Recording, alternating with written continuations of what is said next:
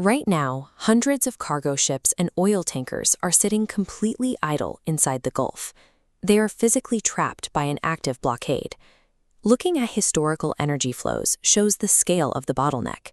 Before the current conflict, 20% of the entire world's oil and liquid gas supplies radiated out from the Strait of Hormuz. Shutting down this international passageway traps those resources in the Middle East. By artificially choking off the global supply, the blockade threatens to send energy prices soaring and derail economies worldwide. This 21-mile-wide choke point provides whoever controls it with the ultimate leverage over the global economy. Recently, mediators in Switzerland managed to bring representatives from the United States and Iran together to sign an interim peace agreement, or Memorandum of Understanding. This document established a strict 60-day window. The idea was to give both nations a cooling-off period to work out the final details of a permanent deal. But the text of the memorandum was written far too broadly.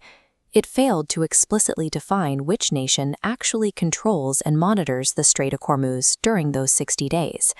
This diplomatic oversight turned the 60-day window into a dangerous power vacuum. A moment of gravity. Iranian Foreign Minister Abbas Araghchi filled that vacuum with a single claim: Tehran will exercise total oversight and management of the strait for the next 30 days. He laid down a strict condition: no outside nation is allowed to intervene or establish separate security arrangements while Iran gradually clears obstacles to restore the waterway. On this map of the strait, we see the geographical clash. Washington aggressively promotes a southern route along Oman's coast, attempting to keep an international lane toll-free. But Tehran insists vessels use a northern route, forcing ships into Iranian waters to charge transit fees. These competing visions for nautical geography have turned a vague treaty into a physical turf war over shipping lanes. The violence resumed almost immediately when commercial vessels like the Panama-flagged tanker Kiku and a Singapore-flagged container ship attempted to use the U.S.-backed southern route. Iran attacked them.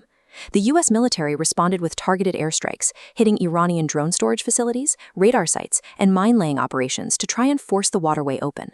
Tehran then escalated the conflict further, launching a wave of drones and ballistic missiles deep into neighboring Gulf states. Iran targeted sites hosting U.S. military forces in Kuwait and Bahrain, where a strike near the international airport damaged civilian residential buildings. These targeted attacks and retaliatory strikes illustrate how fragile the interim agreement is, where even a single ship transit can trigger a cycle of regional violence. This 30-day mandate serves as a calculated geopolitical wedge. Iran is using its ability to choke off the strait to intimidate its neighbors, pushing for a new regional security framework that permanently excludes the United States. The tactic has fueled extreme rhetoric from Washington.